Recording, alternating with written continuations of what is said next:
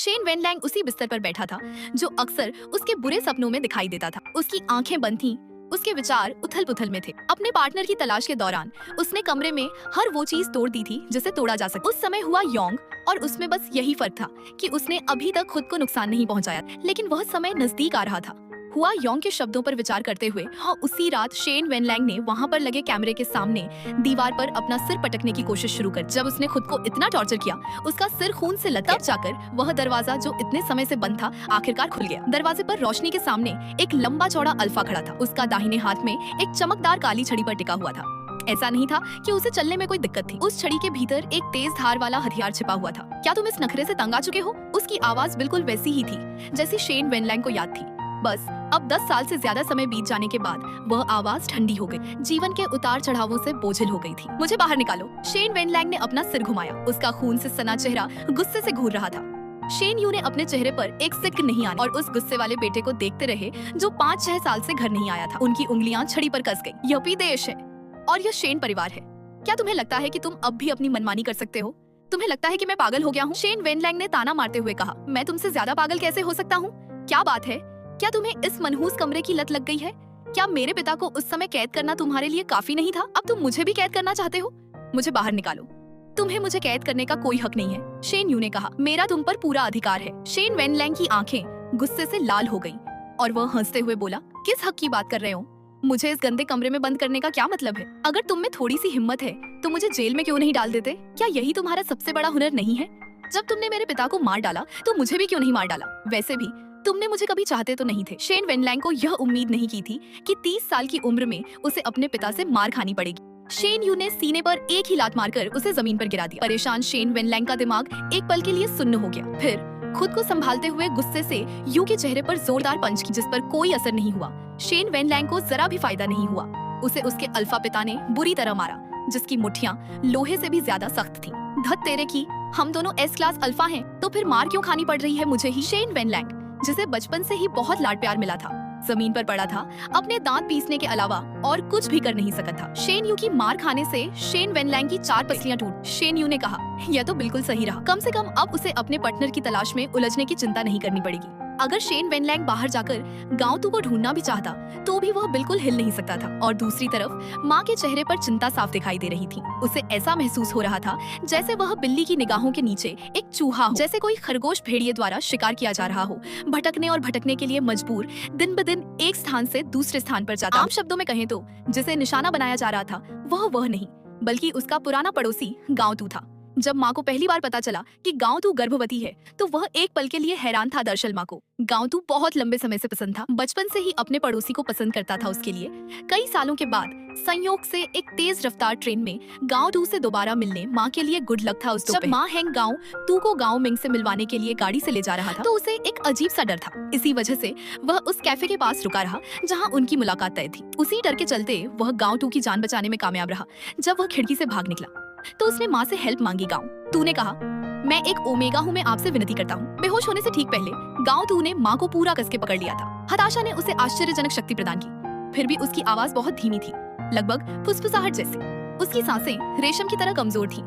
माँ हैंग ने सोचा, डॉक्टर ने कहा था कि गांवतू के साथ उसकी फेरोमोन अनुकूलता काफी अच्छी है। अगर वह पहल करे तो फ्यूचर में उसके और गांवतू के बीच और भी अच्छे रिलेशन बनने की काफी। भले ही गांवतू किसी और के बच्चे को जन्म देने वाला था, माँ हैंग को पूरा यकीन था कि उसके और गांवतू के बीच अच्छी और सच्ची फीलिंग का गहरा रिश्ता है। इसीलिए उसकी नजर में एस लेवल अल्फा, जिसने गांवतू के साथ खिलवाड़ किया और फिर उसे छोड़ दिया, कभी भी उसका असली सहायक नहीं हो सकता था। लेकिन माँ हैंग ने शेन वेनलैंग की ताकत का अंदाजा वो नहीं लगा सकता था, क्योंकि शेन वेनलैंग ने गांवतू के बारे में किसी भी जानकारी के लिए इनाम 5 लाख युआन से शुरू हुआ, फिर लगातार बढ़ता गया जब तक कि चौंका देने वाले 10 मिलियन युआन तक नहीं पहुंच गया। अगर कोई मेरे इस दोस्त को ढूंढने में मेरी मदद कर सकता है तो मैं इतना इनाम देने को तैयार हूँ। माँ हैंग और गांव किंग ने सीढ़ियों और आसपास के गलियों में 6 या 7 कैमरे लगा दिए थे ताकि वे अपने आसपास की हर चीज पर नजर रख सकें और समय से पहले जानकारी मिल सके।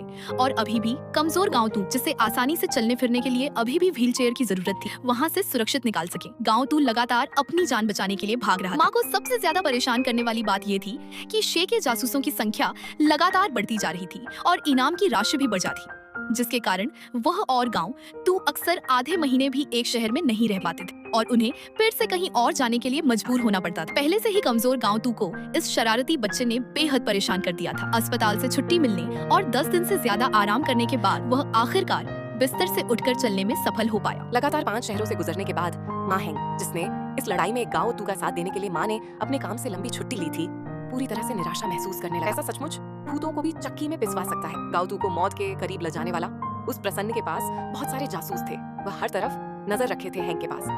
गाओ तू को किसी दूर शहर में बसाने या फिर देश छोड़कर चले जाने के अलावा कोई चारा नहीं था। वो ललता है अगर देश छोड़कर जाएंगे तो बहुत बड़ा हंगामा खड़ा कर देगा। उस सन की अल्फा के तौर तरीकों को देखते हुए यह गारंटी देना लगभग नामुमकिन होगा।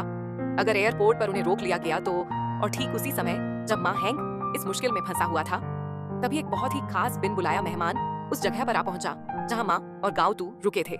उसने एकदम बोला, वी कंट्री जा। आने वाला प्रश्न एक लंबा पतले अंगों वाला ओमेगा था, जिसने तंग लेकिन साफ सुथरे रूम में बैठे हुए उनके चेहरे पर शांति थी। We country? जी हाँ, ओमेगा, जिसने अपनी पहचान केवल सरनेम यिंग से दिया।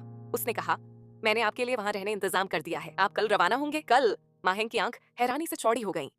उन्होंने कहा, मैंने सब कुछ पहले से ही तैयार कर लिया है। मैंने आप दोनों यानी गाओ टू के लिए नए पासपोर्ट तैयार करवा लिए। विदेश पहुंचने पर कोई न कोई आपका स्वागत करने और आपकी सभी जरूरतों का ध्यान रखने के लिए वहां मौजूद होगा।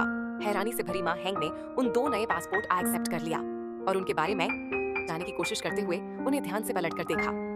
उसके बगल में बैठा गाओ टू इस पूरे समय बिन बुलाए ओमेगा को घूर रहा था। काफी देर की चुप्पी के बाद उसने अचानक पूछा, क्या मैं पूछ सकता हूँ कि आप राष्ट्रपति शेन के ओमेगा पिता हैं? हैरान उसे उम्मीद नहीं थी कि गाओ टू शेन वेनलैंग को इस तरह संबोधित करेगा और न ही उसे यह उम्मीद थी कि वह ऐसा प्रश्न पूछेगा। वह कुछ सेकंड के लिए चुप था और जवाब देने के बजाय उसने खुद ही एक सवाल पूछ लिया, क्या आपने मुझे पहले देखा है? जी हाँ, गाओ टू ने सिर हिलाया। मैंने उनकी स्टडी में आपकी तस्वीर देखी थी। यिंगी को चुप देखकर उन्होंने आगे कहा, यह पारिवारिक तस्वीर तो राष्ट्रपति शेन इसे बहुत संजो कर रखते थे। यह सुनकर गाओ टू हिचकिचाए। कुछ देर चुप रहने के बाद उन्होंने कहा, मैंने सुना था कि आपका डेथ हो गया है। मुझे कभी उम्मीद नहीं थी कि यह एक झूठी अफवाह होगी। यह सचमुच सौभाग्य की बात है। यिंगी ने अभी भी कोई सीधा जवाब नहीं दिया। उसने केवल इतना कहा, वेनलांग रिश्तों को निभाने में उतना अच्छा नहीं है। अगर उसने आपको दुख पहुंचाया है तो मैं उसकी ओर से माफी मांगता हूँ। रिश्ते? गाओ टू ने हल्की कड़वी मुस्कान दी।